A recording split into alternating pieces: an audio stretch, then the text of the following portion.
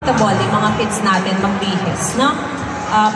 Kung kailan mo available na lahat, nakabihis na lahat, ang kids for the Sweet Little Darling segment, rarampa for the gown segment ng Sweet Little Darlings.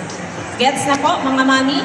So, mag-ready na, sa mga nagpa-practice pa, relax muna kasi in about 12 minutes mag-start na tayo. Relax muna.